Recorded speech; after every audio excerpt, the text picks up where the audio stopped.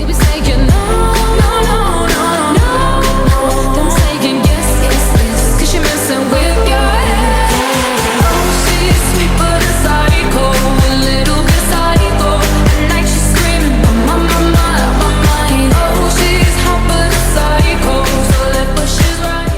Assalamualaikum warahmatullahi wabarakatuh. Kami dari kelompok ketiga yaitu PPKN saksikan video kita. Nama saya Aminita Basiliania dari Pokok Dulu. Perkenalkan nama saya Rahmat Harini dari Pokok Dulu. Perkenalkan nama saya Saudara Nora dari Pokok 5. Perkenalkan nama saya Sujatmija dari Pokok 5. Perkenalkan nama saya Susi Ramadhani dari Pokok 5. Perkenalkan nama saya Alisa Saroto dari Pokok 5.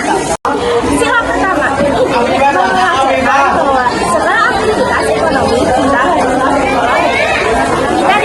mampu menambahkan atau mencari rezeki dengan cara contohnya para pelaku usaha menjamin kesejahteraan yang aman dan ekosistem lalu sistem keuangan syariah yang sesuai dengan ajaran agama Islam termasuk juga menjadi pembangunan intinya ekonomi harus dijalankan pada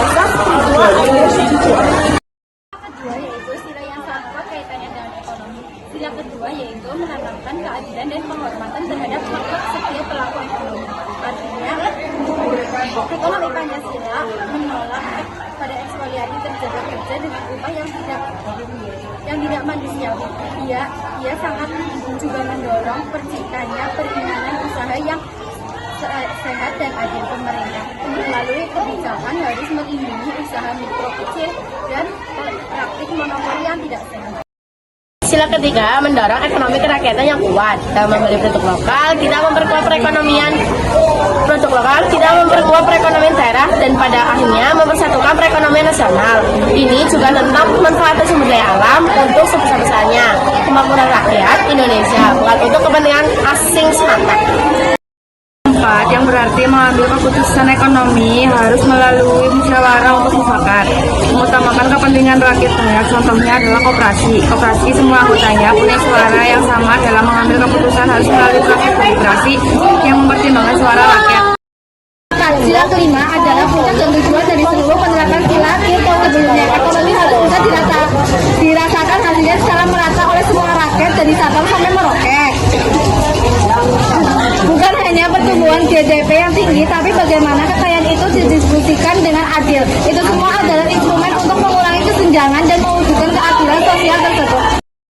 Aturan Pancasila dalam ekonomi dapat melalui prinsip-prinsip Pancasila dan didukung oleh Undang-Undang 45 Pasal 33 yang mengamanatkan pembangunan ekonomi berdasarkan keluasan dan bertujuan mewujudkan keadilan sosial bagi seluruh rakyat. Ini diwujudkan melalui sistem ekonomi Pancasila, BUMN, serta kebijakan yang mengutamakan kesejahteraan bersama, kemandirian dan kemampuan rakyat bukan hanya individu.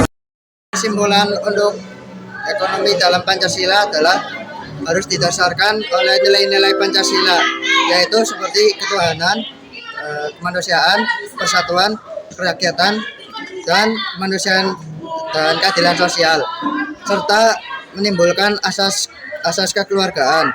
Tujuannya untuk mencapai adil, merata, dan berkesinambungan.